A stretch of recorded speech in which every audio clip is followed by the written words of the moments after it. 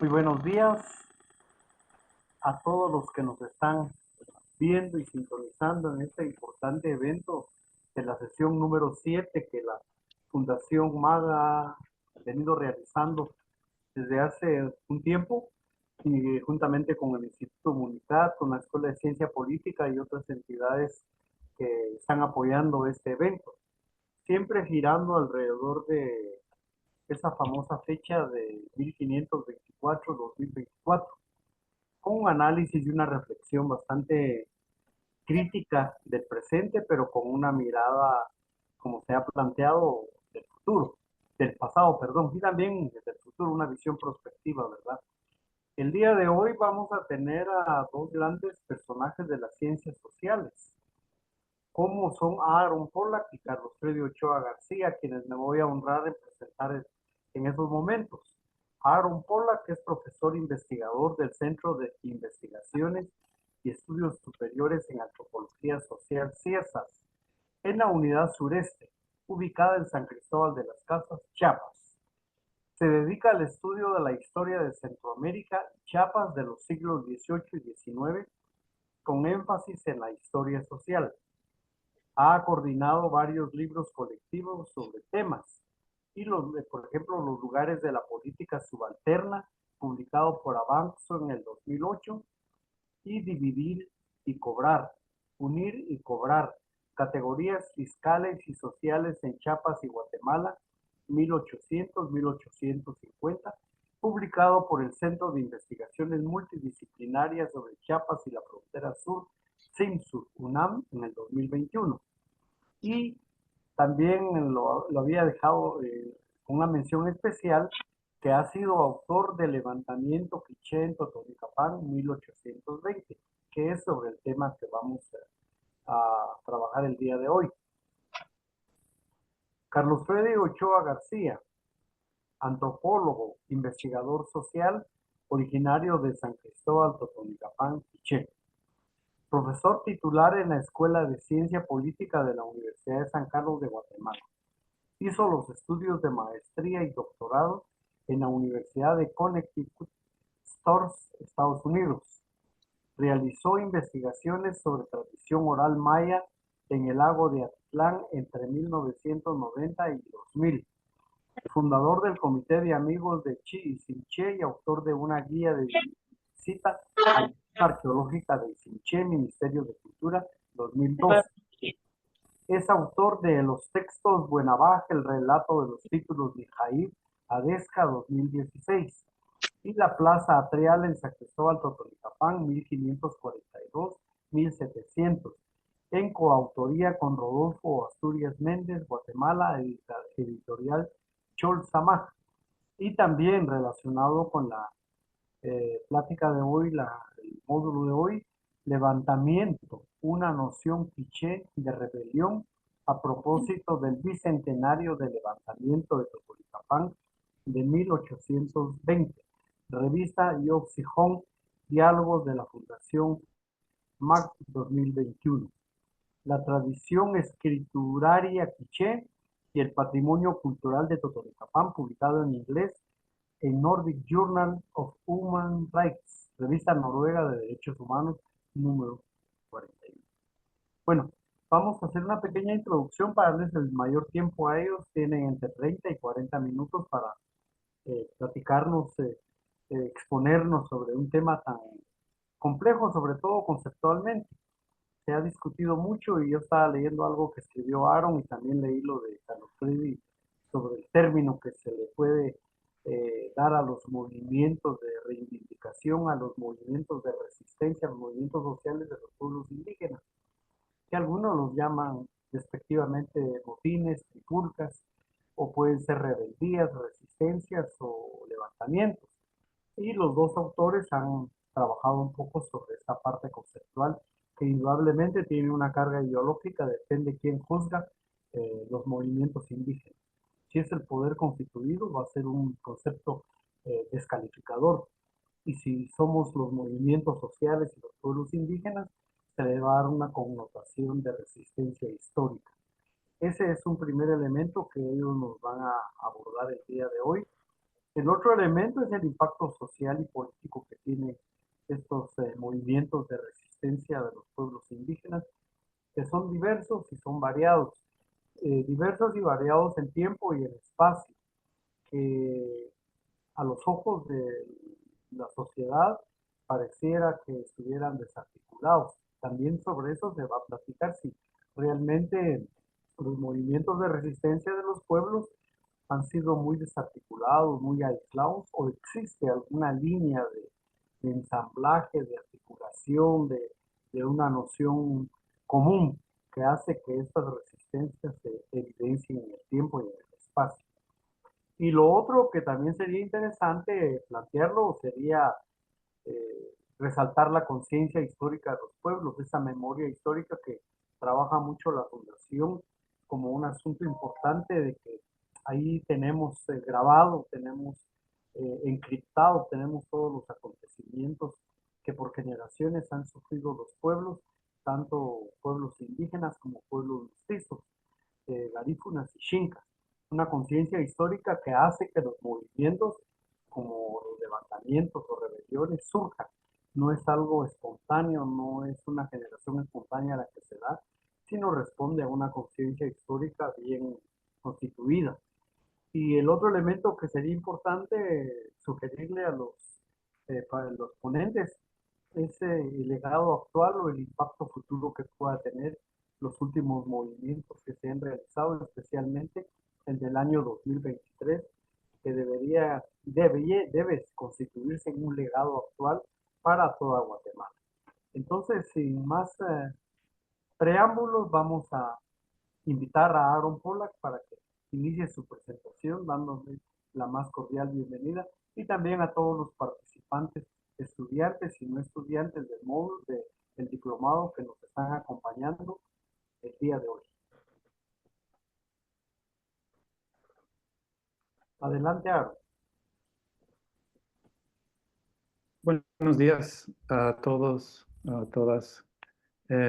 Muchísimas gracias por la invitación. Quiero agradecer a Magdalena Casaus, Roberto Canechay, la Fundación MAG y todas las personas involucradas en la organización de este diplomado. Quiero empezar mencionando que hace ya casi 2 años, Rigoberto, junto con Marta, en una visita que hicieron a San Cristóbal de las Casas, me plantearon la idea de realizar algún evento o algunas actividades para conmemorar los 500 años desde la batalla del Llano del Pinal y lo que sucedió después. Se habló de hacer algo que no fuera una celebración, sino un momento de reflexión crítica sobre qué pasó, qué importancia tuvo y tiene hasta el día de hoy. Se quería ofrecer una contrapropuesta a lo que podía perfilarse como una celebración de esa fecha. El resultado final de este planteamiento inicial de Rigoberto ha sido este diplomado y me da mucho gusto que se esté realizando. Antes de comenzar, quiero comentar que sí me costó pensar en qué presentar el día de hoy, ¿no? Porque el título, el tema es muy amplio. Um, Quería vincular lo que estoy diciendo con 1524 y también con los eventos más recientes, ¿no? De los años recientes, pero con un enfoque de discusión sobre rebelión, levantamiento, resistencia colectiva. Entonces, bueno, tengo una pequeña estructura que les comento, no tengo una presentación visual, pero los aspectos o los apartados de la presentación son 7. El primero es repensar y estudiar el año 1524 y el periodo en su entorno. El número 2, las fechas que se conmemoran. El apartado número 3, los actores y el poder. El apartado número 4 se llama resistencia a nivel de pueblo, en el sentido de municipio estoy hablando, y residencia en coordinación entre diferentes pueblos. El número 5, resistencia colectiva y el contexto histórico. Y el apartado número 6 se llama aspectos del contexto histórico a considerar, y son varios los aspectos, que no son los únicos, pero son algunos. Y estamos hablando del contexto, ¿no? Uno es abusos de poder, otro es contextos políticos, luego políticas de gobierno, condiciones laborales, el medio ambiente, y luego un último que se llama población, movimiento y epidemias. Y tengo unos breves comentarios finales. Entonces voy con el apartado inicial primero, que se llama repensar y estudiar 1524 y el periodo en su entorno. Perdón. Bueno, el año 1524 es una de las fechas históricas más importantes en el conocimiento popular de la sociedad guatemalteca y probablemente la única que queda en la memoria, que ocurrió antes del periodo independiente, es decir, antes de 1821. Esta forma de recordar tiene que ver con la noción del Estado-Nación de Guatemala dentro de la historia, una edición que se siente mucho más fuertemente en México, donde ahora vivo y trabajo, pero que también está presente en Guatemala. Y esa visión es la idea que el periodo de la dominación española fue un momento en el que las personas que vivían en el territorio que actualmente ocupa Guatemala no tenían el poder sobre el territorio, por lo que es como si esta historia no perteneciera a los guatemaltecos. Lo que pasó antes y después de la colonia sí es relevante, pero lo que pasó bajo el control español resulta ser algo que no refleja en nada lo guatemalteco. Digo que esta interpretación está más presente, más notoria, si se quiere, en México que en Guatemala. Y este hecho tiene que ver, por una parte, con la fuerza que tiene el Estado-Nación mexicano para imponerse a través de la educación en particular y así lograr influenciar las percepciones de la gente. Por otra parte, tiene que ver con las relaciones entre los diferentes pueblos en México y en Guatemala. La división étnica, como se le quiere llamar, resulta mucho más palpable en Guatemala que en la mayor parte de México y también en el discurso nacional y nacionalista. El mito y en la medida que existen las realidades del mestizaje en México han hecho de menor importancia la discusión sobre los pueblos indígenas. Y este dato nos remite al año 1524. En la medida que la sociedad guatemalteca sigue pensándose en términos de dos categorías étnicas, indígenas y ladinos, se interpreta la primera incursión española en el territorio del actual Guatemala en términos de estas dos categorías. Y como ocurre con muchas cuestiones históricas, a muchas personas y grupos no les conviene analizar las cosas con más matices, con más atención a los detalles, lo que nos ayudaría a repensar 1524 y en alguna manera también repensar el presente. Por lo mismo, celebro la iniciativa de realizar este diplomado, el que coloca en un solo espacio y un espacio abierto al público varias discusiones en torno a lo que ocurrió en el año de 1524 y los años antes y después. Discusiones que deberían cambiar nuestra interpretación de aquellos años y la historia posterior. Creo importante, y es una cosa que considero importante en toda discusión historiográfica, que nos guiemos por lo que se encuentra en las investigaciones, no por las posiciones ideológicas que todos tenemos. Si no hacemos este esfuerzo, nunca avanzaremos en entender la historia y cómo ésta ha influido en nuestro presente.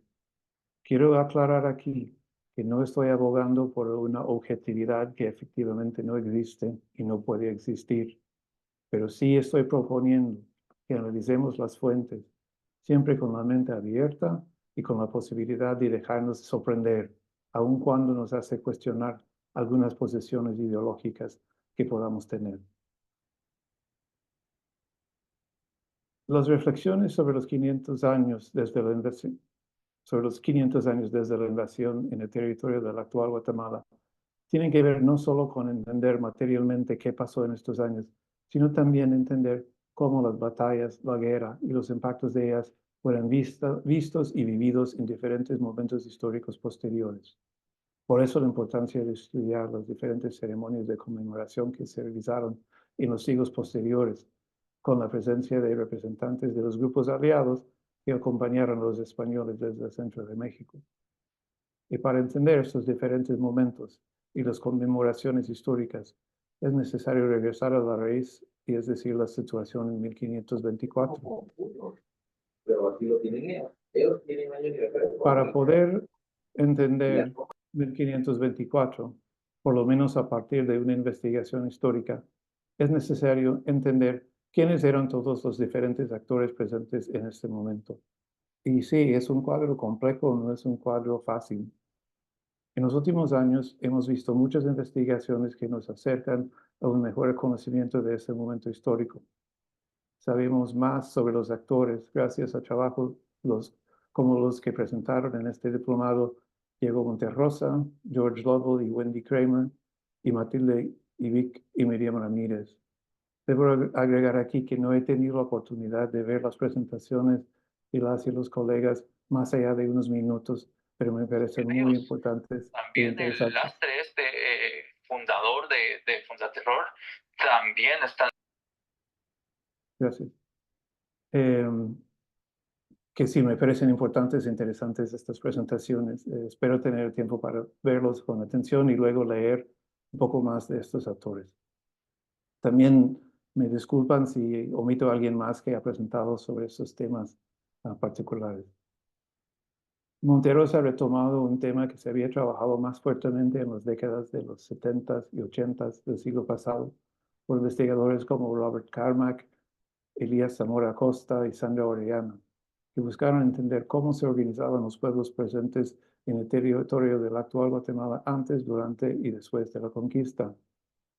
Es necesario entender no solo la situación política, sino también la situación social, para entender realmente cómo se dieron las cosas y qué impactos tuvieron. El trabajo de Lovell, Kramer y Christopher Lutz sobre Pedro de Alvarado nos permite entrar más profundamente en el entendimiento del actuar de los diferentes españoles presentes en la época. Por otra parte, el lienzo de Quaquecholan, traído a la luz por Florin Asselberg, nos permite acercarnos a entender una interpretación de la conquista desde la perspectiva de participantes provenientes del centro de México. Esta misma línea ha sido trabajada en Guatemala por Laura Matthew, que nos da información sobre qué pasó con estos soldados y comandantes que participaron al lado de los españoles en las guerras en el territorio del actual Guatemala. Recordemos que ellos, así como los españoles a cuyo lado lucharon, y los pueblos ya presentes en el territorio, se quedaron y forman parte de la historia de Guatemala, presentes en Totonicapán hasta mediados del siglo IX por lo menos. Esa discusión es un complemento a las informaciones presentes en diferentes fuentes indígenas producidas en Guatemala, en particular el Memorial de Sololá, como se ha presentado en este diplomado por las colegas Matilde Ibic y Miriam Ramírez. Estos documentos, como seguramente Carlos Fede lo sabe bien, son de inestimable valor histórico, que aparecieron en momentos históricos muy particulares también, y son súper importantes de seguir indagando. Todos estos avances nos abren caminos para futuras investigaciones sobre el tema.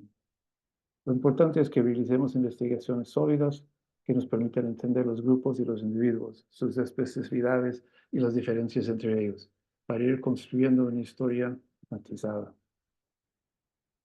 El segundo apartado, como mencioné, se llama las fechas que se conmemoran.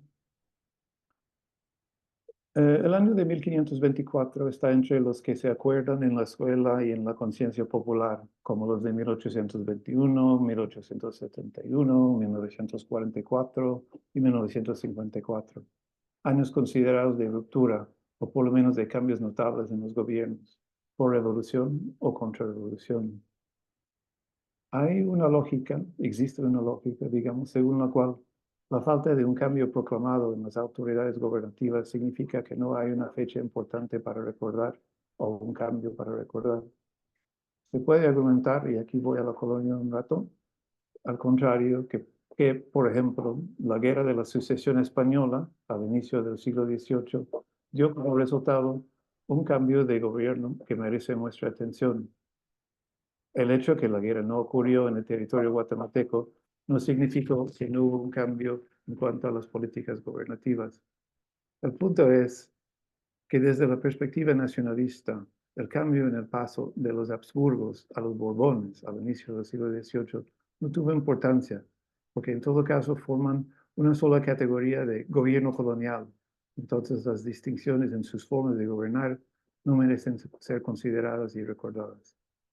Desde cierta perspectiva, una perspectiva con la que no estoy de acuerdo, se podría argumentar lo mismo sobre lo ocurrido en 1821, 1871, 1944 y 54.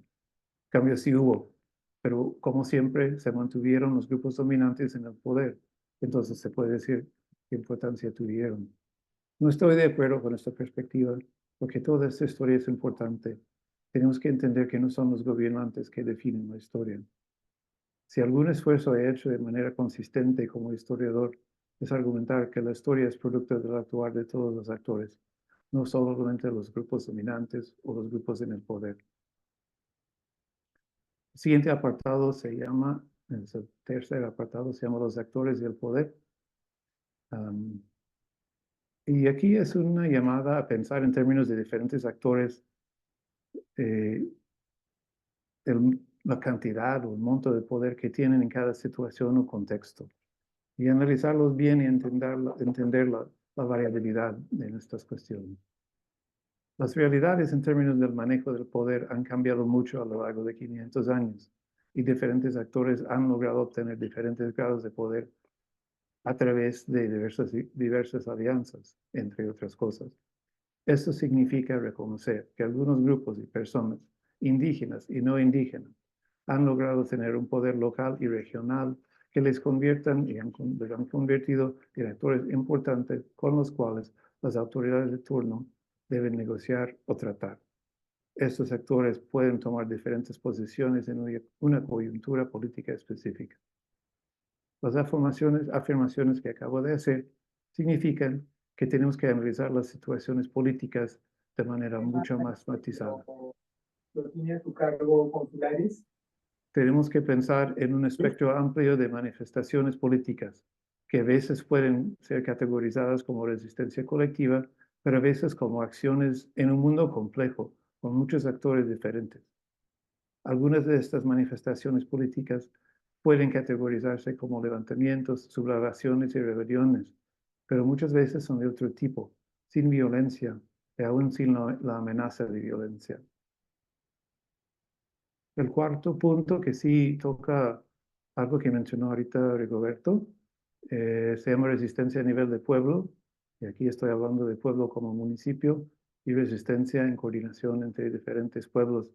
Y bueno, el comentario de Rigoberto sí me hizo pensar, pero aquí tengo lo que tenía preparado y luego tal vez comentamos. Es importante distinguir entre la resistencia colectiva que se da a nivel de pueblo o municipio, en la que involucra relaciones entre diferentes localidades. Es una cuestión relacionada, pero diferente. El libro clásico de Severo Martínez, Motines de Indios, resaltaba que en el periodo colonial había pocas instancias de resistencia colectiva que pasaban de ser lo que él y las autoridades españolas en su momento llamaban esto, motines de indios. Es decir, formas de organización que abordaban espacios más allá del pueblo.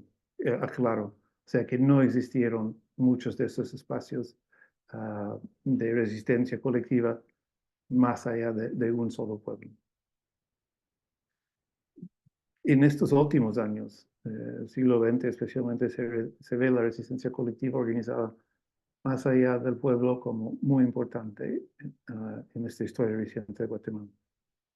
Se ve muy claramente en el conflicto armado, como también en los años posteriores y más recientemente en la organización de los pueblos a favor del presidente Arevalo. Cabe señalar la importancia de los pueblos indígenas en esta organización y en específica la manera en que su participación y liderazgo fue recibido por la sociedad guatemalteca en general. Me parece que esto marcó un parteaguas en la historia de Guatemala, opinión personal. No creo que exista un antecedente en que los pueblos indígenas tomaran un papel de liderazgo abierto en un movimiento político en el que participan tantos diferentes sectores de la sociedad. podemos hablar de la participación de los pueblos indígenas como actores importantes en momentos históricos que modificaron el rumbo del país, pero anteriormente nunca tuvieron un liderazgo tan públicamente aceptado por sectores no indígenas. El quinto apartado se llama resistencia colectiva y el contexto histórico, que es breve también. Cuando hablamos de resistencia colectiva en términos históricos, es importante comenzar con lo que mencioné hace unos minutos en términos de un análisis de 1524. Es decir, entender bien el contexto en que esta resistencia se realiza. Y esto significa entender bien quiénes participen en un momento particular, cómo la gente vivía en la época particular de la que estamos hablando y qué estaba pasando, más allá de las acciones de resistencia. Estas acciones no surgen de la nada, sino de situaciones y contextos muy particulares. Se tiene cierta tendencia a imaginar una situación de permanencia, una historia sin cambios, especialmente cuando hablamos de los pueblos indígenas. Este imaginario de permanencia niega la historicidad de los mismos pueblos. Por lo mismo, no podemos suponer que el contexto en que se dé la resistencia colectiva en 1560 sea el mismo de 1660, 1760, 1860 o 1960. Las cosas cambian y cambiaron. Es importante conocer la realidad específica de cada momento que se quiere estudiar y entender. Y el sexto apartado, que es el más amplio, son diferentes aspectos del contexto y ya mencioné los varios subapartados. Y repito, hay muchos aspectos que pueden considerarse en términos del contexto e incluso algunas de las cosas de que estoy hablando no necesariamente son tanto contexto, pero sí son cosas que están ocurriendo en el momento. Puede haber otros enfoques, otras ideas. Espero que en la discusión haya otras propuestas también para discutir. No pretendo ser abarcador aquí, sí, nada más son puntos para reflexionar. Entonces, el primer de estos puntos es abusos de poder. Y empiezo aquí con unas ideas muy poco originales que tomo de otros autores. En todas las sociedades hay desigualdades en la capacidad de ejercer el poder, es decir, el poder político, y también en el acceso a bienes materiales. Normalmente se llegan a ciertos acuerdos no escritos sobre cuáles son los parámetros aceptables del grado de desigualdad que la sociedad acepta o por lo menos aguanta. Estos acuerdos no escritos fueron llamados por el gran historiador inglés E.P. Thompson la economía moral. Su tesis era que cuando se violaban los principios de esta economía moral, la gente se rebelaba. En muchas ocasiones los equilibrios que implica la economía moral son frágiles y los esfuerzos por diferentes gobiernos y autoridades por realizar reformas, a veces pensadas a favor de la misma gente, pueden provocar la sensación que la economía moral se está violando. Regresando al periodo colonial y saliendo brevemente de Guatemala para pasarnos al vecino Chiapas, uno de los momentos en que la economía moral fue violada de manera particularmente brutal fue el momento de los abusos en el cobro del tributo en los años antes de la rebelión de 1712, la más grande de la historia de la Audiencia de Guatemala. La situación se había agravado de manera notoria y los beneficiarios del sistema no fueron un pugno aislado de autoridades españolas, sino más bien buena parte de las personas y los grupos pudientes de Ciudad Real, actual San Cristóbal de las Casas, entre ellos las órdenes religiosas. Efectivamente, fue el sistema abusivo en el cobro del tributo que permitió la construcción de una serie de iglesias en la ciudad. Es decir, fue un momento de un gran boom económico, si se quiere, a través de este sistema de cobrar tributos. Este fenómeno ha sido estudiado por varias personas, en el caso de Chiapas especialmente por Juan Pedro Viqueira, pero también investigadores centroamericanos como Gustavo Palma y Juan Carlos Solórzano han demostrado que se realizaba el mismo tipo de fraude ante la corona, digamos, en la ciudad de Guatemala en este periodo. No lo he averiguado con atención, Pero me parece que una de las razones por las que se dio la rebelión en Chiapas y no se vio una situación similar en Guatemala puede ser que el grado de abuso en los pueblos en torno a la ciudad de Guatemala haya sido menor. Pero más bien creo que la razón principal es la que voy a mencionar enseguida en el siguiente apartado. El apartado se llama contextos políticos.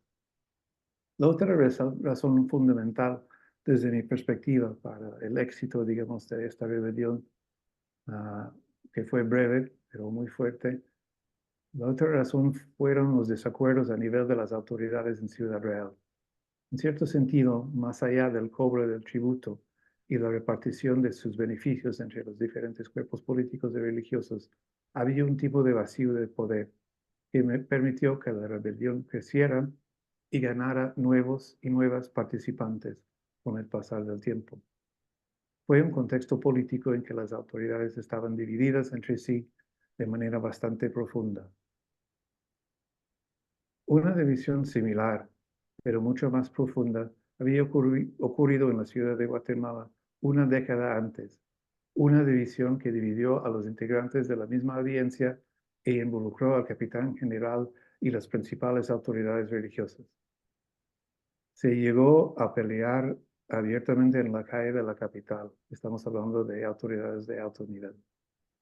Fue exacerbado esta cuestión muy fuertemente por la presencia del visitador de la Madrid, que vino a aumentar las divisiones existentes entre las autoridades e involucrar a sectores populares del reino, como por ejemplo los milicianos mulatos en la alcaldía mayor de Escuintla y varios pueblos de indios en lo que ahora es San Marcos, el Soconusco y los pueblos al extremo occidente de la alcaldía mayor de Totonicapán, algunos de los cuales ahora forman parte de Chiapas.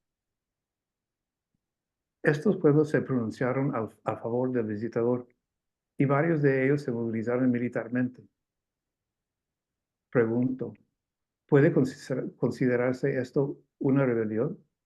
Seguramente se trata de violencia política realizada por sectores populares organizados, en este caso a favor de una autoridad española que les prometía beneficios a cambio.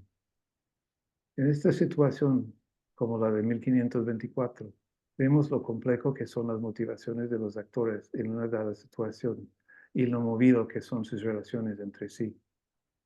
Es fácil imaginar que el susto provocado por el impacto de las divisiones entre los grupos dominantes en la ciudad de Guatemala les llevó a buscar maneras de reducir las tensiones entre ellos y así tener una frente común hacia los grupos subalternos. Puede decirse que algo similar pasó después de 1871, cuando los conservadores se volvieron liberales y los grupos dominantes se consolidaron ante el resto de la sociedad. Otro caso que podemos considerar en estos términos es la complicada situación política provocada durante el gobierno de Mariano Gálvez como jefe de Estado de Guatemala en la década de los 30 del siglo XIX, que resultó en divisiones muy fuertes entre las élites en la ciudad de Guatemala y, bueno, en toda Centroamérica, que todavía existía como Estado independiente. Esto repercutió en una serie de pequeños levantamientos en diferentes partes del territorio y finalmente la insurrección popular liderada por Rafael Carrera.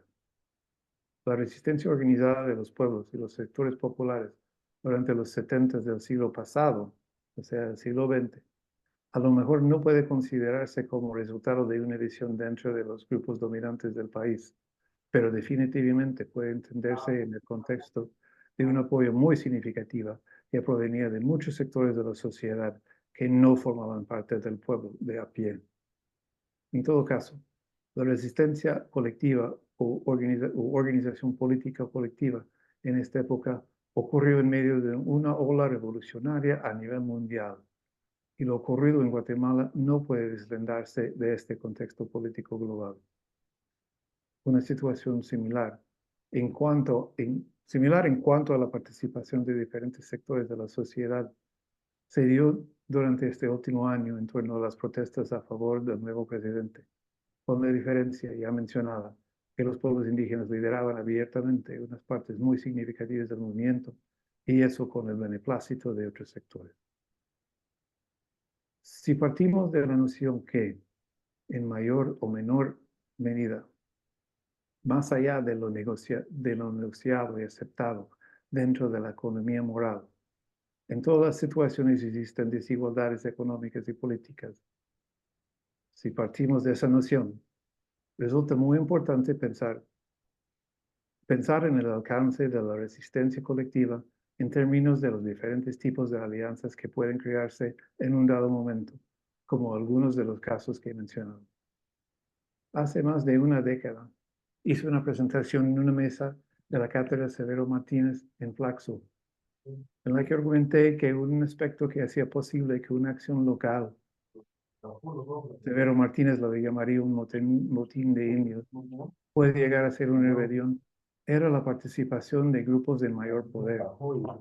Eso no significa necesariamente personas del grupo dominante, pero sí de grupos de poder intermedio, como ocurrió en Totonicapán en 1820, donde los principales de las parcialidades y las cofradías lideraron la rebelión, o bien en el oriente guatemalteco, unos 15 años después, en 1837 y 1838, donde un grupo de personas con algún dinero o poder a nivel regional apoyaron a Rafael Carrera y permitieron sus excelentes avances, mucho antes de que Carrera hiciera alianzas con diferentes personajes y grupos dominantes.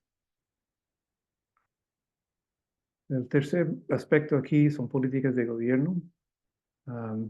Y aquí me refiero mucho a este periodo que he estado, bueno, que estudié más en este último libro, pero que tiene que ver con una serie de reformas que se llamaron las reformas borbónicas, aunque realmente las reformas borbónicas empezaron mucho antes, desde el inicio del siglo, y algunas incluso bajo los Habsburgos a finales del siglo anterior. Pero este periodo de finales del 18 y que llega a ser incluso la primera mitad del siglo XIX, se continúa con las políticas que llamamos liberales, ¿no? Que son cambios en las políticas fiscales. Podemos citar 1766 en la ciudad de Guatemala. Se aplican reformas fiscales que tienen un impacto negativo en ciertos sectores populares, los que empiezan a amenazar con una rebelión.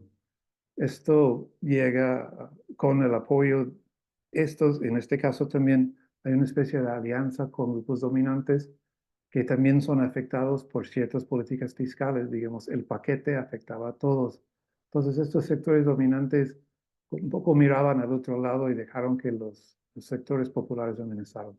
Al final quitaron estas nuevas políticas. En esta misma ola, en 1785, hubo un motín, un levantamiento, un motín, como se le quiere llamar, en Quetzaltenango, estudiado por Jorge González, entre otras personas, en que se intentó cambiar la manera del cobro por la venta de aguardiente, lo que provocó una amplia resistencia unificando sectores ladinos e indígenas en contra de esta nueva política. Siguiendo la misma línea, podemos hablar del 1801, se empieza a aplicar nuevas políticas en cuanto al tributo, se alza el nivel de tributo, particularmente en Verapaz. Empiezan ahí con la idea de luego continuar en otros lugares. No funciona, hay una resistencia masiva en los pueblos, a tal grado que el gobierno tiene que mandar tropas para cobrar el tributo, una cosa que no era común, ¿no? Entonces estamos hablando de cómo una política particular puede provocar una forma de resistencia colectiva, ¿no? Esta misma cuestión del tributo se elimina en 1811, ¿no? Por reforma de 1811. Se elimina en 1811 exactamente porque no sirve de nada. El gobierno está gastando más dinero en soldados que está recibiendo en tributo. Y luego cuando se elimina el tributo en estos años y se empieza a cobrar de nuevo en 1815, es ahí donde empieza a organizarse la rebelión de Totonicapán. a raíz de un rechazo al pago de este tributo. Pero vamos a ver más adelante que no fue esto la única razón. Siguiendo nuestra misma ola, podemos hablar de las políticas del gobierno liberal de Mariano Gálvez, que mencioné antes, que también provocaron resistencia colectiva en muchos lugares. Como las mismas políticas también del Estado de los Altos, que duró pocos años, 37 a 39, 40, no estoy mal. El cuarto aspecto que toco muy brevemente son condiciones laborales. En el periodo colonial vemos repartimientos de lana o de algodón. Es una manera en que las autoridades españolas, de manera privada, actuando como autoridades españolas, pero actuando como comerciantes, repartían, que daban en los pueblos, a cada pueblo una cantidad de lana o una cantidad de algodón, la lana para hilar, el algodón para tejer. Y entonces esto obviamente se pasaba, en el caso de la lana, se pasaba a las mujeres. Y ahí había una especie de economía moral, en la medida que la lana era más o menos decente y se podía concluir con lo que se tenía que concluir, pues se aceptaba. Pero cuando la lana era de muy mala calidad, por ejemplo, hubo resistencia y resistencia colectiva provocada por las mujeres en algunos casos. Las condiciones laborales también tienen que ver con los movimientos del finales del siglo pasado, ¿no? La costa del Pacífico, la huelga de los mineros de San Ildefonso y Ixtabacán. Y esta misma organización política a partir de condiciones laborales en la costa tuvo que ver con la organización política también en el altiplano. El quinto aspecto es el medio ambiente, plagas, sequías, terremotos, erupciones volcánicas, el mismo deterioro de la condición de la tierra. Refiero de nuevo a la rebelión de Totonicapán de 1820. En 1816 hubo un terremoto muy grande, muy fuerte, que tocó desde buena parte de Guatemala y tocó muy fuerte en el partido de Totonicapán. Entonces estos pueblos, además que de repente vinieron a decirles que de nuevo tenían que cobrar tributo, estaban tratando de rescatar los fondos para comer en algunos casos. Hay unas situaciones bastante fuertes de pueblos que obviamente no tenían de qué comer a raíz del terremoto y malas cosechas en los años posteriores.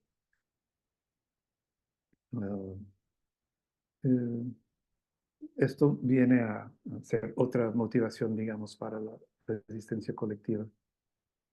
Podemos también hablar del levantamiento de San Moniscoy a finales del siglo XIX, en plena época del café.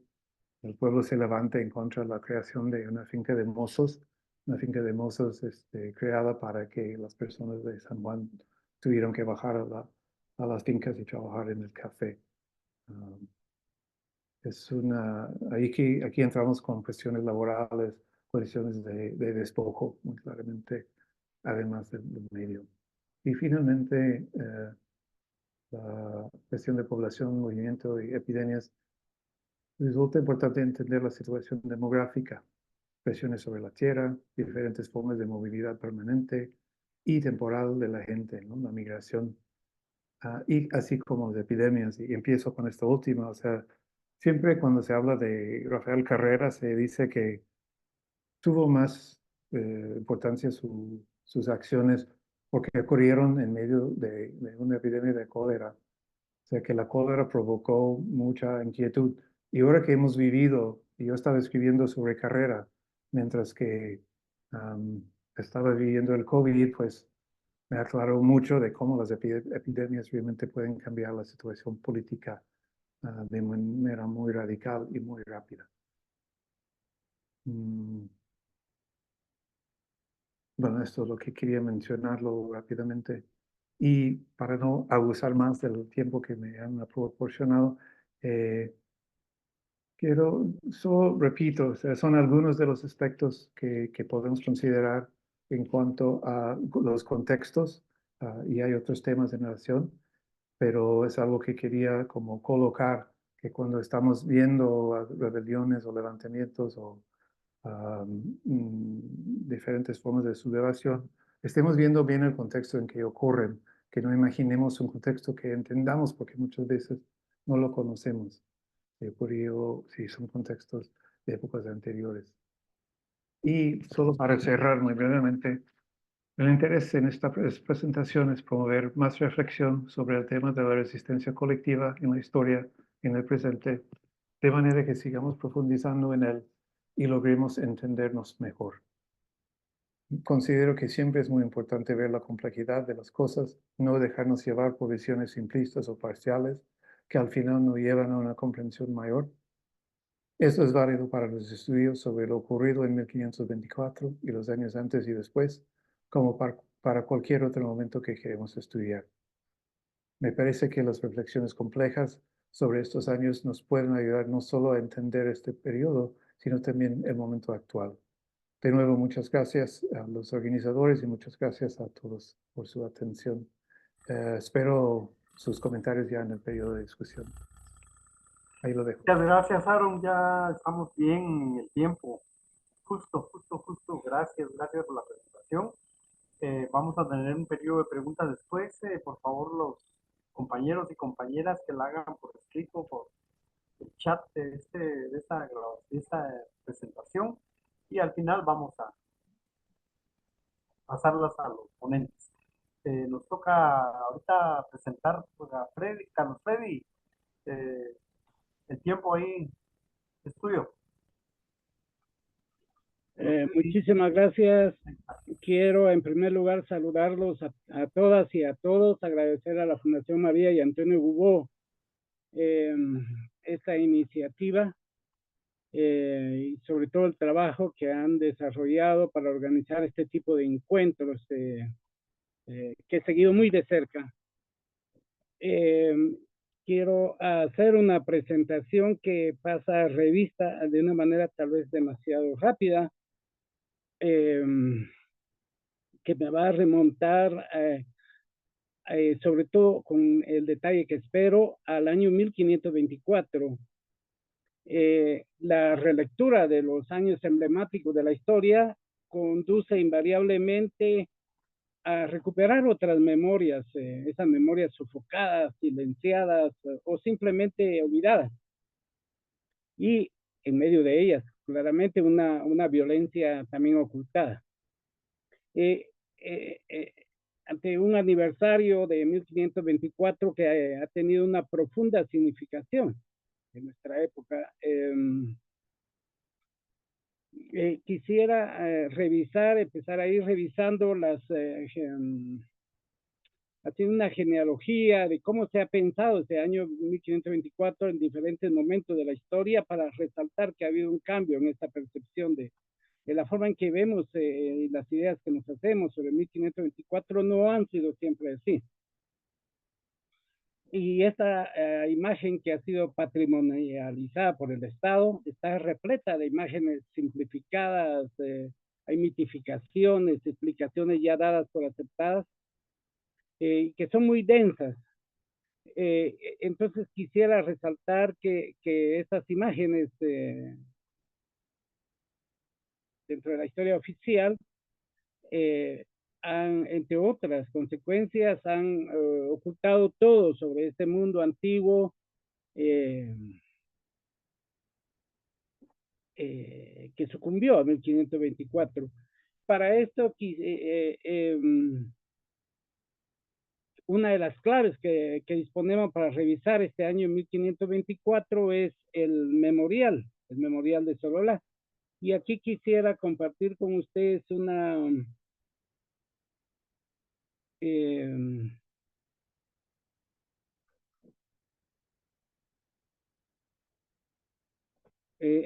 permítanme un momentito, quiero compartir con ustedes esta imagen. Estará ya.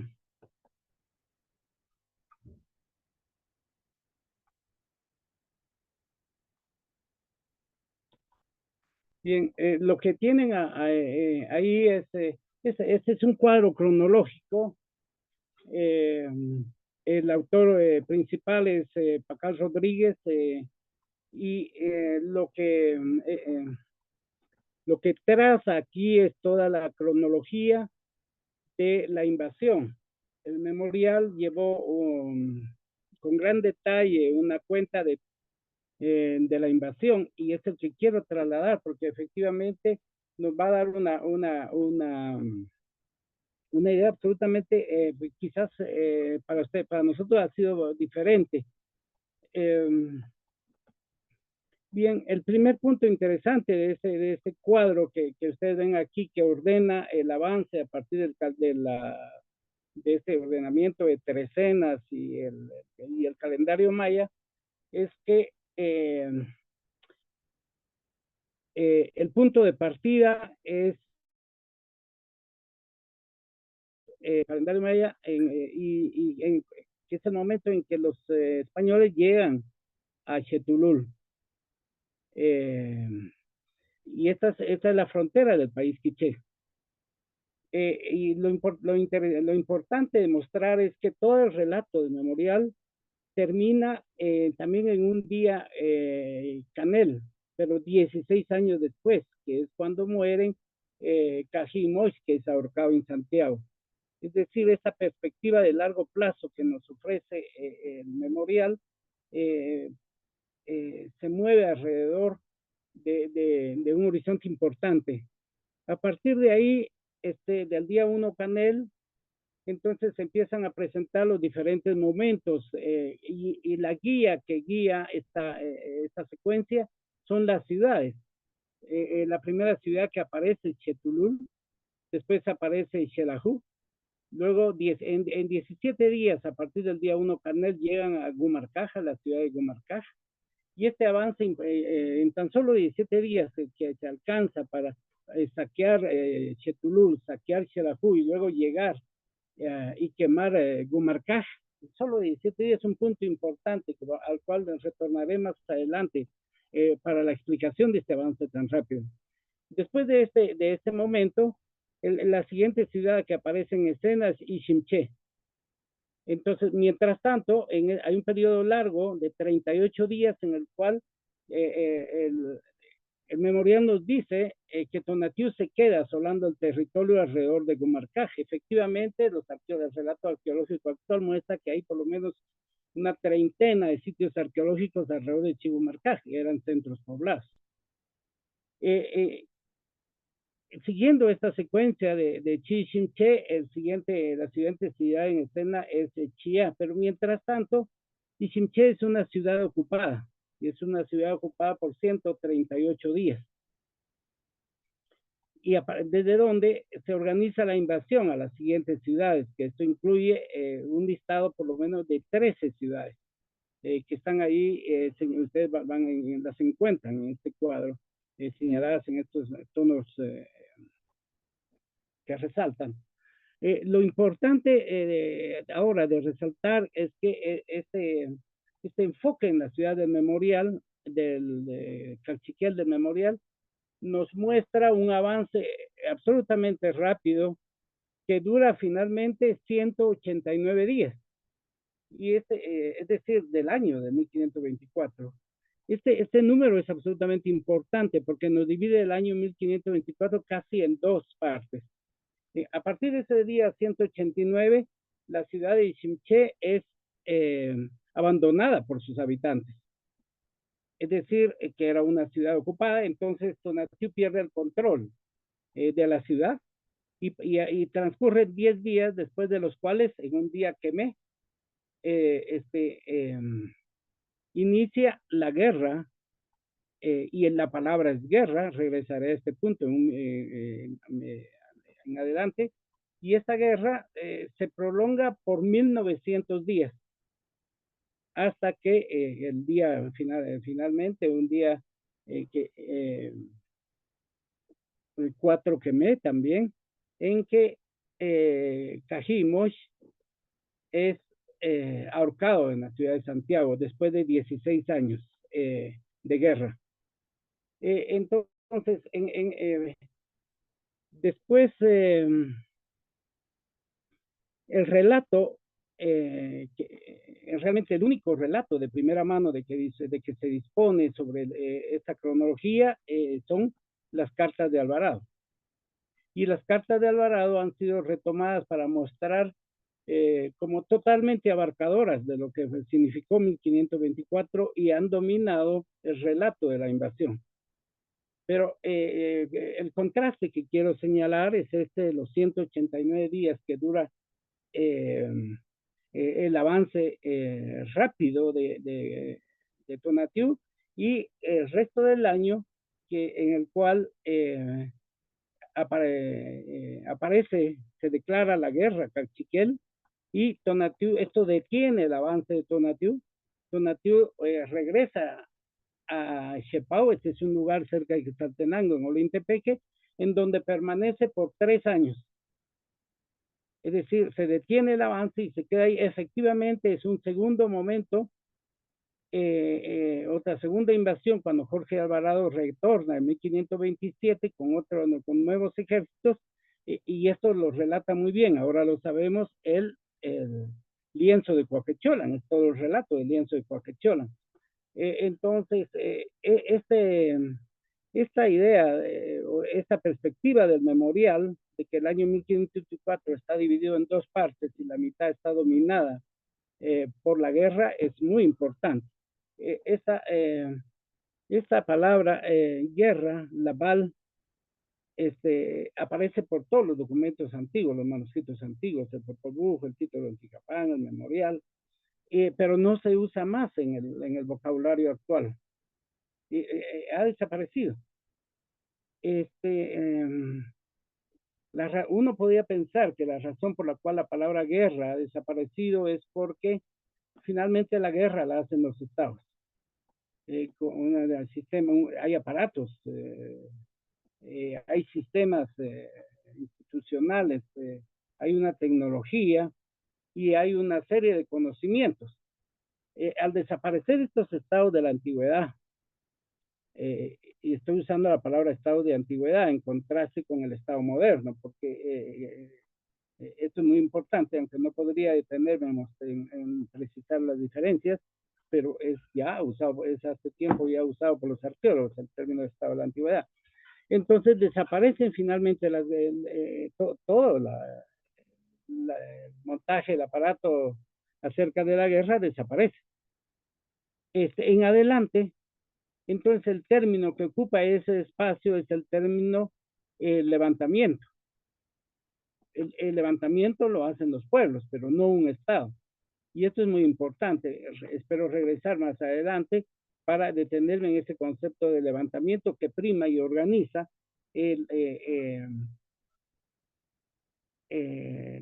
toda esa visión de rebelión, de oposición. El problema que tenemos es que en castellano hay una veintena de términos que podrían indistintamente o fácilmente, indistintamente suplantar el término levantamiento, pero la terminología, en este caso que quiché, es muy clara. Regresaré a este punto más adelante. Ahora, después de haber presentado esa visión del año 1524 dividido en 2 partes, y como hay 2 relatos contrapuestos, el del memorial y el relato de las cartas de Alvarado, lo que encontramos es que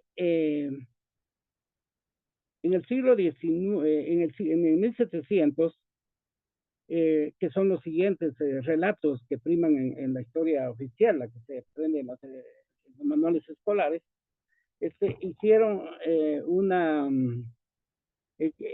desarrollaron una serie a partir de 1700, sobre todo pienso en Vázquez, pero está también Fuentes y Guzmán, que contienen una serie de mitos fundacionales. Es decir, por ejemplo, esto que se ha conmemorado ahora y está en la memoria que muchos grupos han impulsado en Guatemala este año, de la fundación de una primera ciudad, de la fundación de un primer templo, erigido, de la primera misa, de la conquista espiritual, de una primera capital. Si nos detenemos a pensar en esta idea de asociar la capital de la ciudad a 1524, al igual que estos y otros muchos fundacionales, nos llevan a un punto muy importante, que es que hay esta memoria nacionalista que nos remite a 1524. Pero toda esta elaboración sobre 1524, desde esa perspectiva nacionalista, fue elaborada en el siglo XIX. Y estoy pensando en José Mía, sí, el gran que escribió la historia de la América Central, un voluminoso trabajo que él hizo por encargo de Justo Rufino Barrios, pero que también fue un literato, que mezcló la ficción con la historia, y se acuerdan ustedes, La hija del adelantado, que muestra que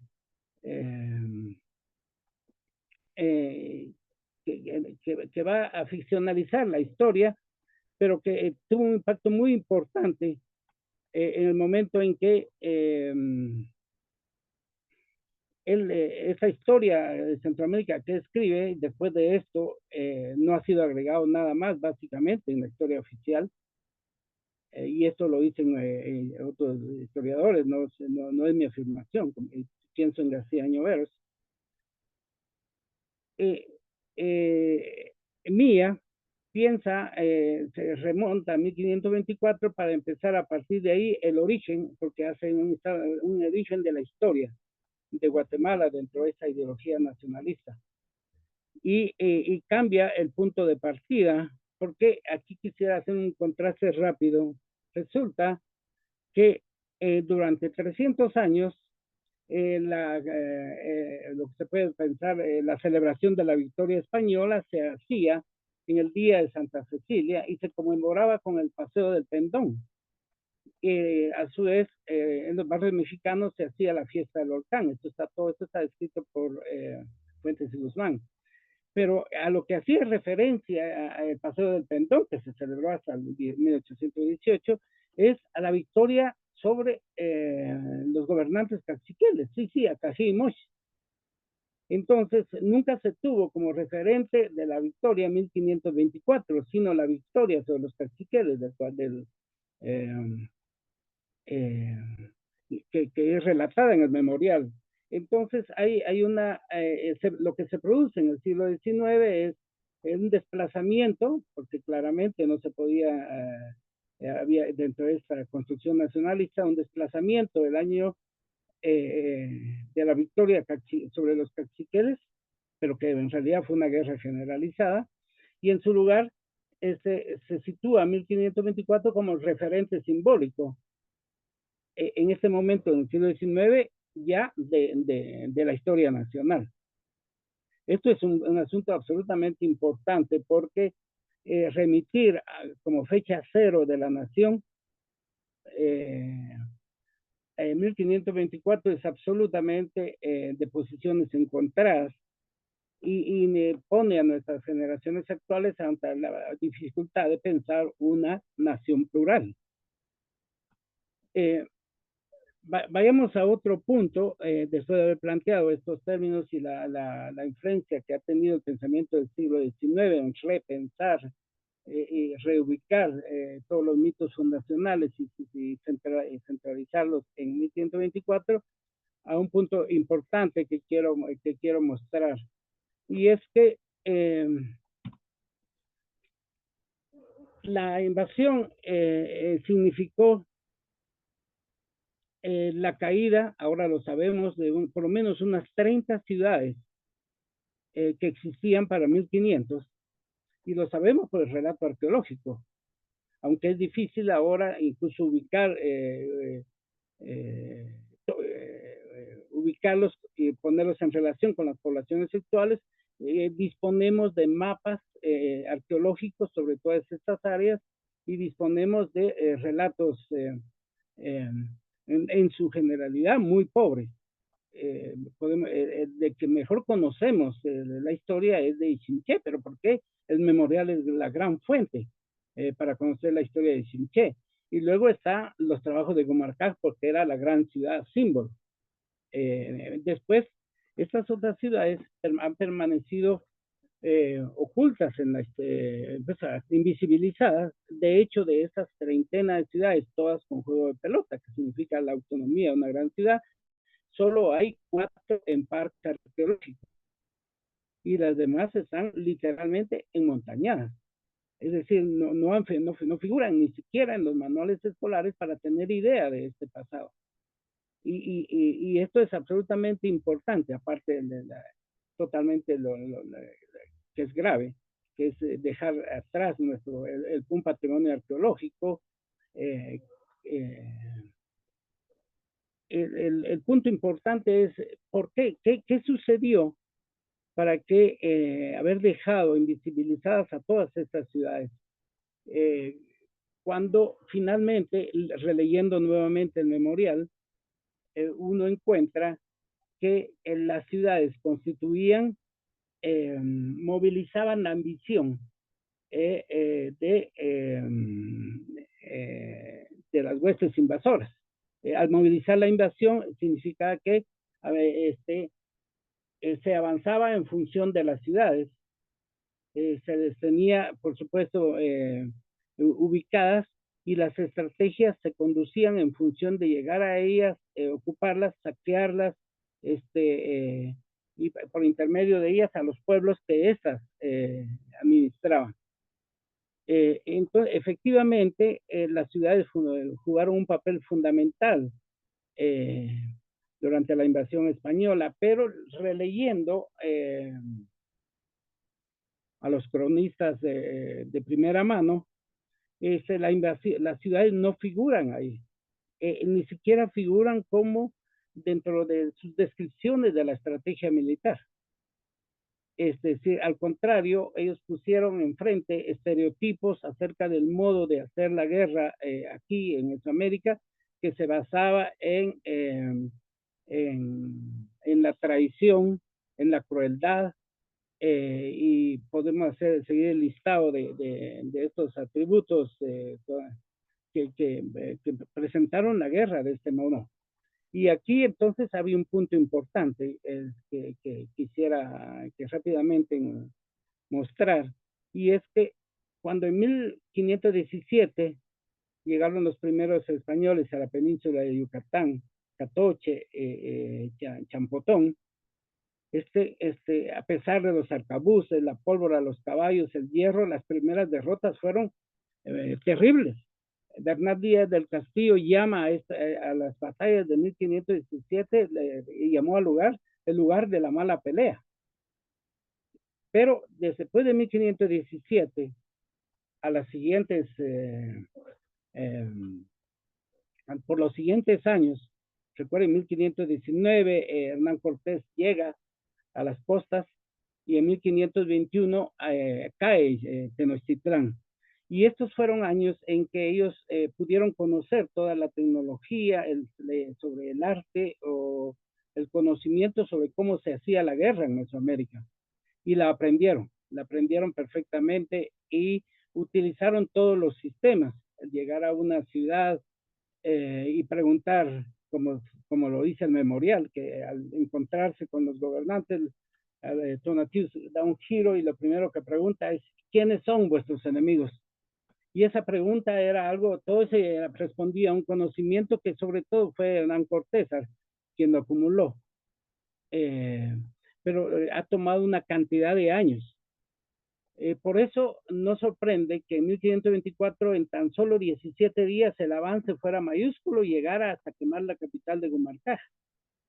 Porque se usaron todas estas estrategias militares locales que facilitaron el avance, pero esto fue en 1524, después de aquellos sucesos iniciales de 1527. Entonces, este conocimiento sobre las artes y de la tecnología local sobre la guerra es fundamental para entender este avance. No fueron las armas, no fue el hierro, los caballos, ni la astucia, sino fue justamente haber interiorizado y dominado el conocimiento local, y con eso mismo también a los individuos, obviamente, lo que permitió en gran medida la destrucción de estas ciudades, que finalmente, al haber sido caído, pues caía todo el orden. Quiero detener aquí esto rápidamente y mostrar, no sé si tengo 3, 4 minutos rápidamente, para mostrar cómo esta idea de levantamiento entonces viene a suplantar a suplantar, a reemplazar ese concepto de la paz, guerra, al que hice alusión anteriormente. Y este concepto de levantamiento es fundamental. Aquí lo que tenemos en pantalla, pues es en la posición central la silla de Atanasio Chul, y a la par el águila bicéfala que aparece en el título de Totonicapán. Es muy importante mostrar la similitud, porque se trata de águilas, ¿verdad? Aunque en el Museo Nacional la escaleta o la cartelera decía que era una piel de leopardo, era un sinsentido. Uno puede encontrar en esta siguiente imagen, que espero que se haya pasado,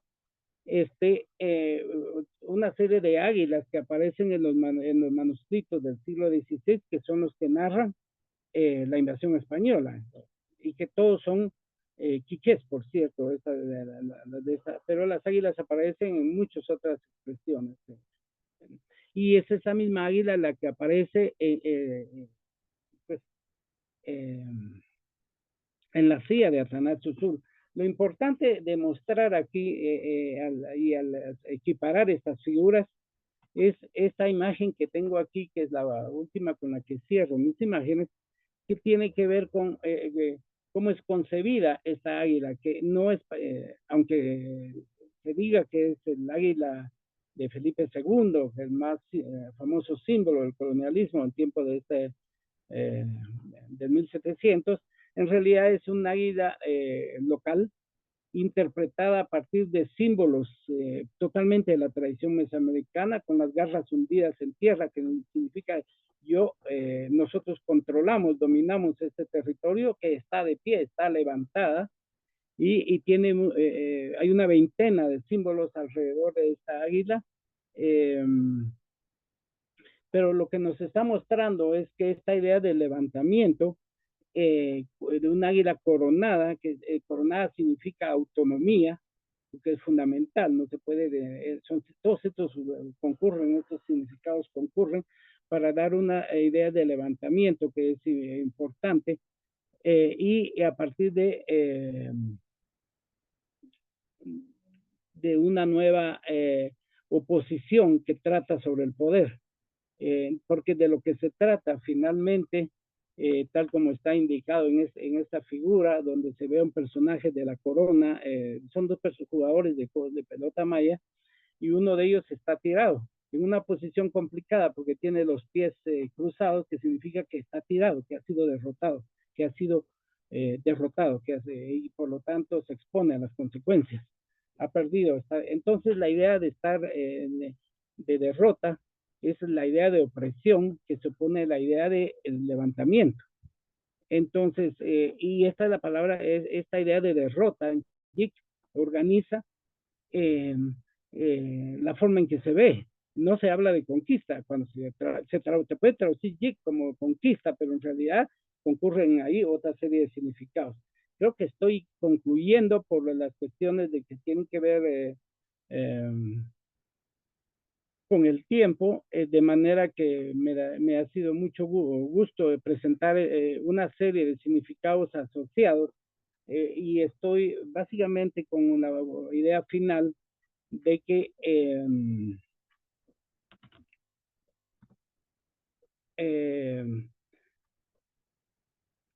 hay este relato tan denso sobre las violencias, este relato tan denso sobre las memorias ocultadas, sobre la historia de las ciudades aniquiladas y además desaparecidas en la historia, y esta centralización de una historia cuyo epítome es pensar la historia nacional a partir de 1524, constituyen sin duda un eje dominante, no solamente de la historia nacional, de la historia final, en que hemos sido educados, pero al mismo tiempo es un problema central para pensar el futuro. Y pensar el futuro implica, en consecuencia, revisitar, regresar hacia el pasado y tener estas ideas por lo menos más ricas, más plurales, acerca de los cambios transcurridos en la forma en que hemos pensado nuestras violencias y nuestras memorias Muchísimas gracias.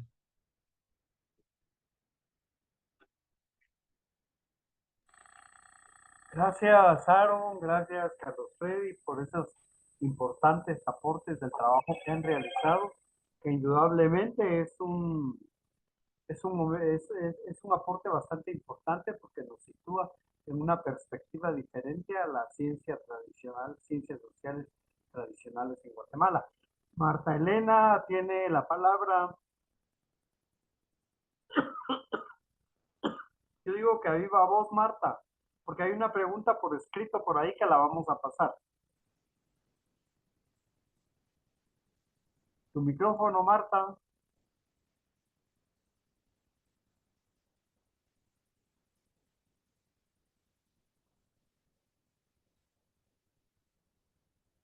Bueno, mientras tanto, Maynor Carrera nos hace una pregunta general para los dos. Hay otra también de él. Aquí la primera es, ¿qué logros específicos se han logrado? Él utiliza la palabra motines. ¿Qué logros específicos han habido con los motines de los pueblos indígenas? Y la última que se me desapareció por ahí, no sé si...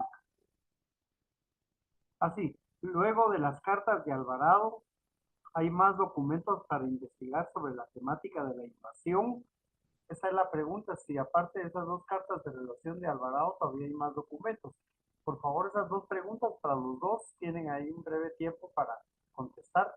Vamos con Carlos Freddy, ya que está en la imagen. ¿Qué logros específicos han habido con los motines y si hay documentos aparte de las cartas de Alvarado? Tu micrófono. Sí, la palabra motín domina nuestra percepción sobre el colonialismo y el modo de los pueblos de rebelarse. Esa palabra motín fue posicionada no solamente porque es empleada por los cronistas, aunque ellos usaban indistintamente una terminología más variada, pero en nuestro tiempo ha sido Severo Martínez quien reposicionó esta palabra, y a mí me parece que él al posicionarse sobre la palabra motín, lo que tenía era ciertas ideas sobre cómo era un motín.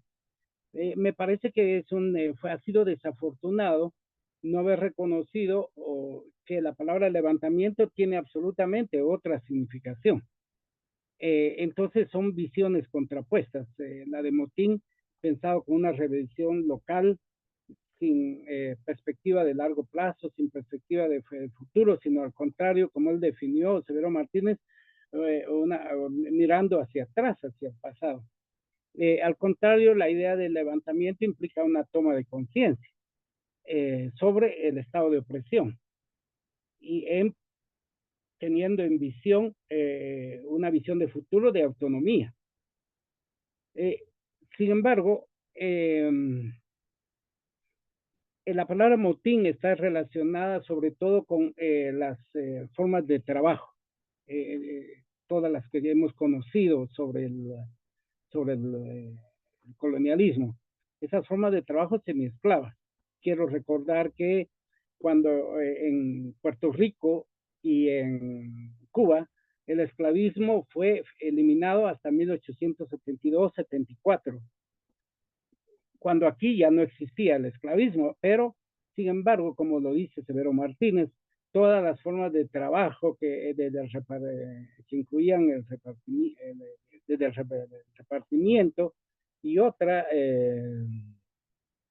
el hilado, estas eran formas de trabajo que en realidad eran formas esclavistas, pero estaban ocultas tras esas formas de trabajo. Entonces, al igual que lo que pasó en Cuba cuando se deshicieron del esclavismo, entonces legislaron duramente sobre las formas de trabajo, que fue lo que vimos aquí en Centroamérica, unas duras legislaciones desde el reglamento de jornaleros y las subsiguientes sobre las formas de trabajo. Entonces, estas formas los levantamientos tienen un eje absolutamente central en esta oposición y la toma de conciencia sobre estas formas de trabajo. Me parece que este es un asunto muy importante. El otro referente de los levantamientos, es ese referente de la autonomía. Ese es el modelo puesto en plaza en la actualidad, porque se trata de un Estado, la conciencia de que pase lo que pase en el Estado con sus formas autoritarias o corruptas, esto pues va a pesar sobre los ámbitos comunitarios. Y me parece que aquí está su mayor actualidad.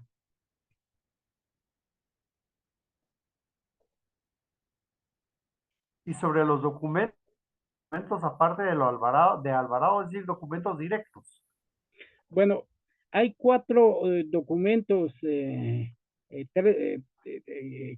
quichés que, pero estos se limitan a no solamente al Estado quiché, sino a Quetzaltenango.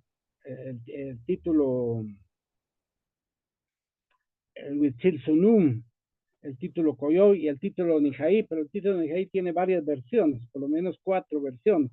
Entonces, que son relatos directos, pero se están limitados a la zona de Quetzaltenango. Entonces, ahora los documentos de Totonicapán son como 10 relatos, todos hacen referencia de alguna medida, pero de manera muy sucinta, entonces ya no incluyen descripciones de primera mano. Después tenemos sobre todo el memorial, ¿verdad? Que ya fue presentado, que son los relatos que a partir de ahí tenemos ya entonces los lienzos, sobre todo el lienzo de Tlaxcala y el lienzo de Coaquecholan, que nos están presentando los relatos de primera mano acerca de los sucesos.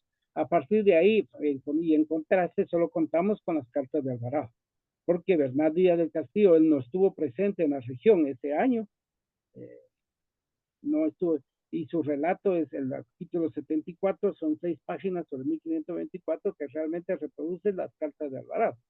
Las probanzas no pueden, aunque son posteriores, y la estructura de las probanzas no nos remiten a relatos directos sobre los sucesos de 1524 o los subsiguientes. Básicamente, Aaron, con las mismas preguntas, por favor, ¿qué impactos han tenido los motines o levantamientos, dependiendo cómo término usemos? Y si hay algunos otros documentos aparte de las de Alvarado y lo que mencionó Carlos Freddy. Bueno, sobre los documentos, creo que Carlos Freddy aquí es el experto seguramente. En relación a la palabra motines, estoy muy de acuerdo con lo que dice Carlos Freddy. O sea, lo estamos usando a partir de Severo Martínez, que lo usaba a partir de alguna fuente, pero él titulando su libro así, con la importancia que él ha tenido, ha tenido mucho impacto en la manera que revisamos muchas acciones. Yo diría, no quiero entrar en esa discusión del levantamiento, motín, pero muchas acciones políticas. El motín siempre tiene un aspecto como de descontrol, un entendimiento de una acción no organizada, una acción que ocurre sin planificación. O sea, no es una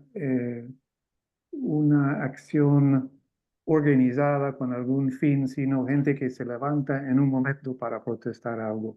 Entonces quita, desde mi punto de vista, la noción de las acciones políticas de protesta como realizadas con fines políticos muy específicos, que podían ser en muchos casos muy locales, muy maneras de presionar. Cualquier tipo de protesta pública en la plaza del pueblo X venía llamándose motín porque esta es la manera que los españoles lo veían y por la manera en que, especialmente aún más, por la manera que Severo Martínez clasificó a estas actividades, a estas acciones. Y lo que yo sí quisiera subrayar es que sí son acciones políticas pensadas y son una variedad enorme, con importancias muy diferentes. Hay mucha distinción y todos vienen llamados botines por Severo en particular. Lo único que quisiera agregar sobre la cuestión de los documentos es, sí es importante leerlos en su momento, su contexto, ¿no? Varios de los títulos fueron si no estoy mal, y Carlos Frem, si por favor me va a corregir si estoy mal, fueron creados o publicados o vinieron a existir con 1550, un momento en que la corona estaba un poco más abierta incluso al poder de los caciques o señores locales. Estamos hablando de un momento en que hay un gobernador quechí en Verapaz, ¿no? Después de toda la discusión con los dominicos, con Bartolomé de las Casas. Y en ese contexto, algunos señores, caciques, líderes en diferentes partes empiezan a distribuir los terrenos, las tierras que les corresponden, ¿no? En esos son los títulos. Eso no influye en la manera en que ellos describen la guerra.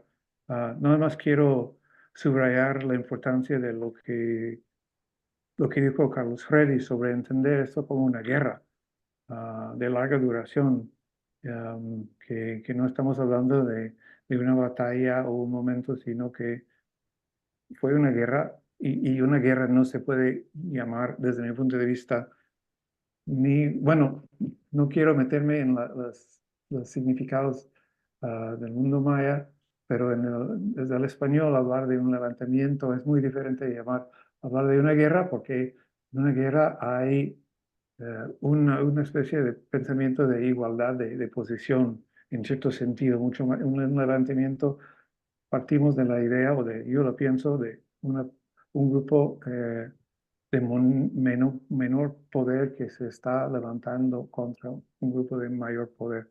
Y en una guerra lo veo un poco diferente, pero me parece sumamente importante subrayar este punto.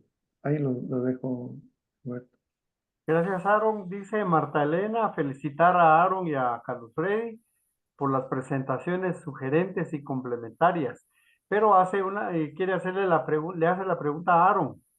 Uno, hablando de la importancia de los contextos históricos políticos, ¿cómo influyó la vacatio regis en los levantamientos del siglo XIX? Si se considera las hipótesis de Sonia Alda sobre las revoluciones o revoluciones en Centroamérica o rebeliones en Centroamérica que se explican en ese contexto. Aaron.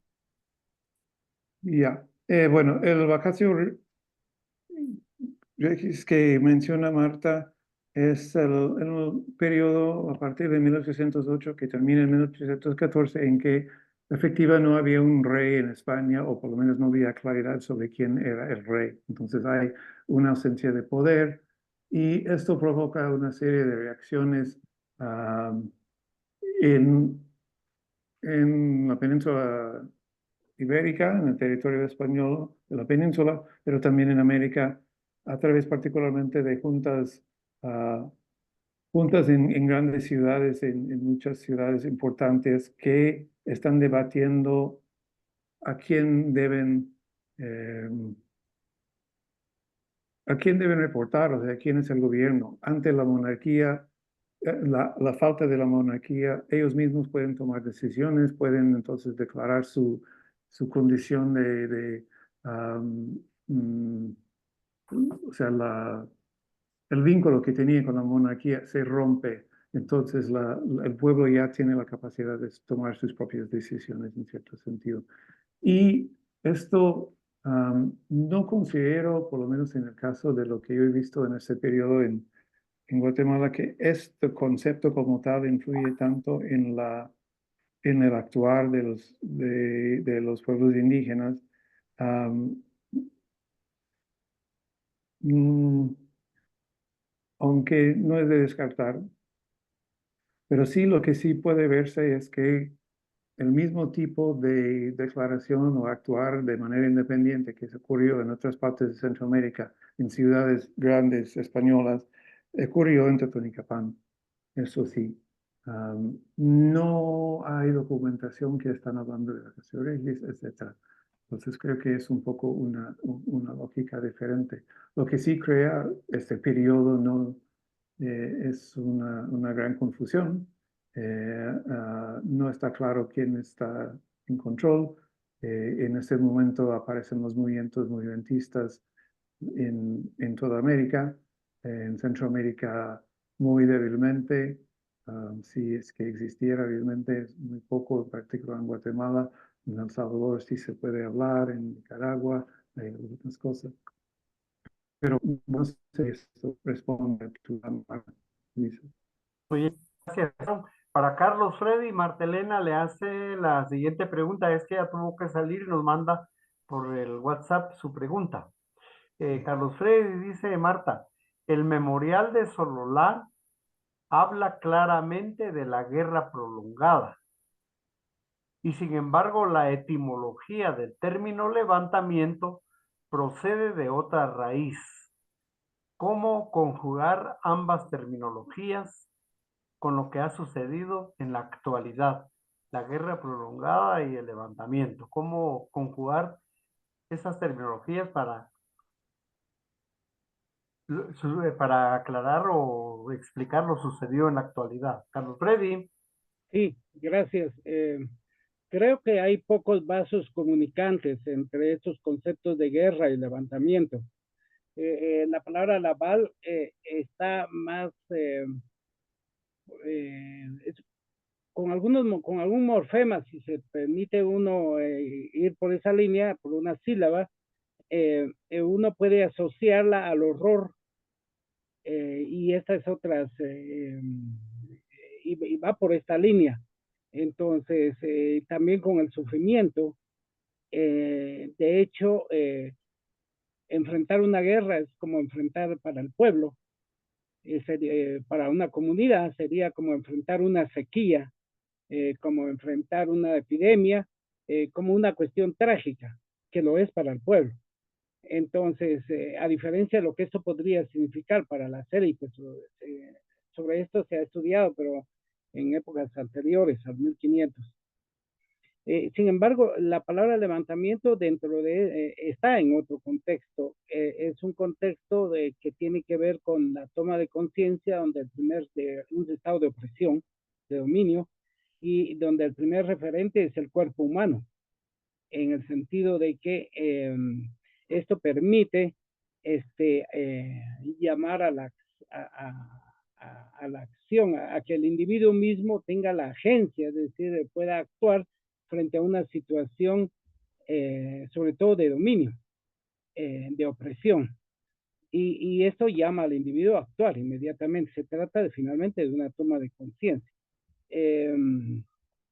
Me parece que los vasos, no solo los contextos, son otros los vasos comunicantes de lo que se pide de la gente, son diferentes, porque el contexto de un levantamiento pasa sobre todo por la comunidad, pasa por las autoridades que ejecutan, obedecen las decisiones de la comunidad, pero están en respuesta a unas situaciones de otro orden.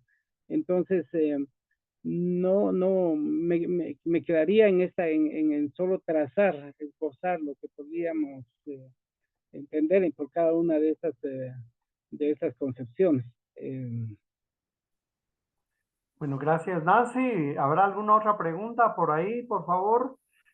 Si no, tengo yo un par de preguntitas ahí para los dos antes de leer Sí, alguna no, otra. no tenemos preguntas. Creo que puede usted hacerlas Muy hoy. bien.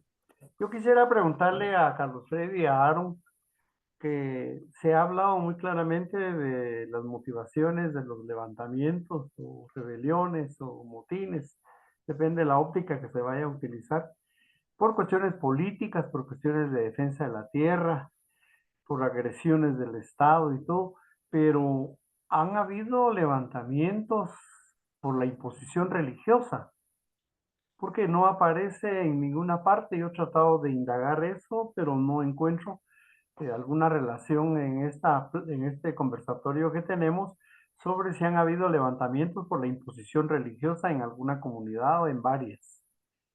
Aaron, por favor. Bueno, es una pregunta a la que no tengo una respuesta clara. Sí, no es algo que he estudiado, Lo que me viene a la mente, aunque no sé si es correcto o no, es que había mucha disimulación en relación a la religión también, por un lado, y por otro lado, creo que una cierta, una visión muy diferente de lo que era la religión entre muchos pueblos mesoamericanos y los religiosos católicos que se encargaban de ah, convencerles, en el sentido de que ah, es un panteón un poco más amplio de figuras de importancia en el cual pueden agregarse más sin violar los principios, ¿no? Mientras que para la religión católica, para el cristianismo hay un solo Dios y hay una sola manera para llegar a Él. Um, mm, sí, me cuesta pensar en acciones específicas en contra de la imposición religiosa como organización colectiva de resistencia en términos de acciones políticas. Yo lo pensaría más bien en términos de acciones colectivas en el campo de la espiritualidad, si se quiere, ah, que no, que no implicaban una negación del cristianismo, pero que no le daba tanta importancia. Pero realmente estoy muy fuera de mi zona de confort en cuanto a este historiador. A ver si Carlos Freddy nos puede iluminar. Freddy, ¿nos podés ilustrar más sobre el asunto? Porque pareciera que sí han habido algunos conflictos muy locales, por ejemplo en Almolonga, me recuerdo yo, que han habido conflictos contra los curas. Incluso creo yo que también del levantamiento a Totonicapán hubo una chispita por ahí contra un cura. Tu micrófono. Efectivamente, la palabra levantamiento, yacataj, se emplea para oponerse contra imposiciones que institucionalmente se producen. Y esto ha sido usado tanto en iglesias católicas como en iglesias evangélicas de varias denominaciones. Y tenemos relatos, por ejemplo, en Santiago Atitlán, la gente se levantó contra la orden dada por el cura en ese momento. Esto sucedió en los años 50, de haber expulsado a Machimón del templo. Entonces hubo un levantamiento general. Finalmente el cura abandonó el pueblo. O las imposiciones el diezmo que se intentó imponer, como ya Roberto lo ha citado, en Totonicapán durante el levantamiento de Batalón del Sur, fue uno de detonantes. De hecho, fue el reclamo para frente a las exacciones que del cura en Totonicapán para 1820, y se sabe de otros muchos lugares donde los mismos miembros de una congregación se han levantado, de la palabra la gente se le levanta, se le va a oponer, ha tomado conciencia contra una exacción. Son básicamente exacciones religiosas o disposiciones de algún tipo institucional. Entonces sí se usa la palabra levantamiento, pero en un contexto institucional, en el sentido, no en el contexto ya de los religiosos, básicamente, porque esto ya es otro ámbito, ¿verdad? Sino en la administración institucional de los religiosos, tanto dentro de los católicos como de las evangélicas. Ok.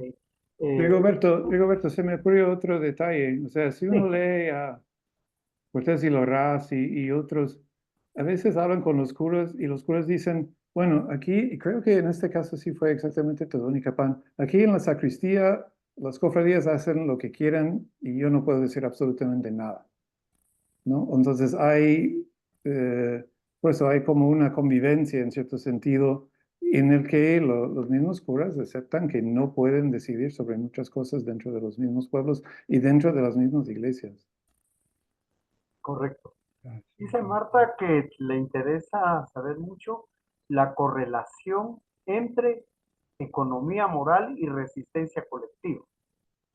Tengo la impresión que uno de los elementos principales de todas las revoluciones, rebeliones o levantamientos están más relacionados a lo que Foran o Scopol considera como situaciones de agravios e injusticias, crisis de hegemonía de las élites y nuevos liderazgos.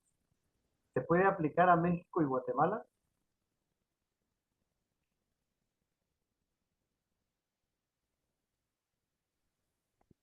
Em, la economía moral y resistencia colectiva. Bueno, yo en la presentación que hice retomé la idea presentada por Thompson hace ya muchos años, eh, pero que va en sintonía con lo que está planteando Marta. Pero la idea es que como sean las leyes o como sea el aparato administrativo, en el cotidiano hay unas reglas aceptadas sobre grados de explotación, por ejemplo, sobre formas de tratar a la gente, sobre la dignidad de la gente. Y cuando estas normas, estas formas de actuar son de una economía moral, cuando se empiezan a violar estas normas, entonces ya se empieza a pensar en la resistencia colectiva, porque la gente se siente que ya las reglas que se utilizaban ya no se siguen aplicando, ¿no? Esta es la noción de la economía moral. Crisis de autoridad, claro, o sea, esa es otra manera de referir a lo que yo estaba también mencionando en cuanto a estas dificultades entre grupos de poder, entre autoridades que no logran estar de acuerdo y entonces no presentan una frente unida ante grupos populares o subalternos. Sí, hasta ahí lo dejaría. Muy bien. Y una vez aprovechando, ¿cuál es su impresión, dice Magdalena, de los 106 días de resistencia digna? ¿Qué impresión, qué lectura le das a esos 106 días de resistencia de los pueblos recientemente? Dirigido a mí. Sí, a los dos. Dice Marta que a ti y a Carlos Freddy, después va Carlos Freddy. Bueno, debo empezar diciendo que, bueno, estuve en San Cristóbal de las Casas durante todo ese periodo. Am, eh, pues impresionado, ¿no? Alegre, preocupado, eh, pero impresionado por lo que yo vi como una evolución de la sociedad guatemalteca, lo que mencioné en la presentación. Y lo digo hablando con personas, no solo por lo que leí en las noticias y demás, sino hablando con personas, un nivel de aceptación de diferentes actores en un espacio político muy, muy novedoso y que pinta muy bien ese espacio desde mi punto de vista, que hay como un reconocimiento, una apreciación, una apertura hacia el diálogo, por lo menos inicios de todas estas cosas. No sé hasta dónde, hasta qué nivel de profundidad lleguemos, pero un inicio es también de celebrarse. Entonces, bueno, estas son mis impresiones. Ahí lo dejo. Carlos Freddy, con la misma pregunta, ¿cuál es tu impresión sobre los 106 días de resistencia digna que dice Magdalena? Pregunta difícil para una reacción rápida porque efectivamente se trata de un levantamiento de gran impacto para el futuro y la pregunta que uno se hace es cómo es que subjetivamente la gente se involucró personalmente, emocionalmente, las personas se involucraron, pero sobre todo comunitariamente. Esa vivencia personal de involucramiento emocional personal y esa vivencia comunitaria de una crisis de origen nacional, estatal, es fundamental. Creo que tendrá un gran impacto en el futuro porque queda en la memoria. Es decir, es una memoria larga, de mediana duración, en la que comunitariamente la gente se desplazaba, es decir, a los puntos en donde se podían expresar de las comunidades, se turnaban en las comunidades y salían por grupo, de manera que las comunidades estuvieron presentes. Uno lo puede ver en Tecpan, por ejemplo, para no citar Totonicapán. En Tecpan, las personas, cientos de gente jóvenes llegaban ahí y se turnaban para estar todos los días presentes en el espacio. Entonces, esta vivencia personal y comunitaria es fundamental. Sin esto uno no puede encontrar cómo los alcaldes no tuvieron más remedio que ponerse al frente de decisiones comunitarias. Creo que ahí, en estos diálogos públicos, porque el involucramiento fue el resultado de acuerdos comunitarios, de acuerdos locales, después de diálogos públicos sobre la situación. Y entonces esta es la trama más extraordinaria, el que la crisis local haya aterrizado en las comunidades, se haya discutido en asambleas y la gente haya decidido vamos, y además organizarse para estar presentes, poniendo todos sus recursos durante días, ¿verdad? Y con esto significa una toma de conciencia. Entonces la pregunta final es, ¿cómo fue posible frente a comunidades que siempre distanciadas, se decía, del Estado, además de poca atención por el Estado, de pronto reclaman y se posicionan con ese interés extraordinario sobre todos estos asuntos y la cuestión electoral, que al haber sido el detonante, creo que la reflexión debería pasar por ahí y tomar, si el levantamiento aparece a partir de esa reflexión sobre lo electoral, vinculado por la corrupción, con una ética que contrasta totalmente con el gobierno comunitario. Yo creo que ese contraste de tradiciones políticas fuertes comunitarias alrededor del gobierno propio fue el que permitió la crítica al sistema. Quisiera detenerme por acá porque la cuestión levanta muy interesantes reflexiones. Me parece que en el futuro la memoria de estos días de levantamiento será fundamental y que esto dará espero no equivocarme, dará un vuelco en la política local, sobre todo municipal. Y ahí ha producido, entre otras, allá un reforzamiento de las alcaldías de comunidad. Ya. Bueno, gracias. Nancy, ya no tenemos más preguntas. No tenemos ninguna pregunta de parte de los participantes. Muy bien, entonces vamos a dar por concluido este importante evento, haciendo un llamado a los estudiantes para que aporten ideas y testimonios de cómo vieron este reciente levantamiento, porque es importante dejar la mayor parte de testimonios que vayan construyendo un conocimiento más elaborado en el futuro, porque como dice Carlos Freddy, las implicaciones de este levantamiento va a tener muchos efectos en la política guatemalteca. No cabe duda que las élites estarán preocupadas porque saben bien perfectamente, ellos sí están bien enterados, porque tienen su inteligencia especial de cómo se dio estos movimientos articulados a las comunidades y que fue extenso y que fue profundo y fue legítimo. Entonces sí es necesario ahondar en este proceso para ir entendiendo lo que va a ser el futuro político del país. Entonces, los invitamos, dice que estos espacios son para eso, para reflexionar, y los que quieran mandar aportes por escrito se los mandan a Nancy porque se va a hacer una recolección de testimonios personales de cómo se vivió. Yo estuve ahí, ¿verdad? Podría ser el título de esos testimonios, de cómo viví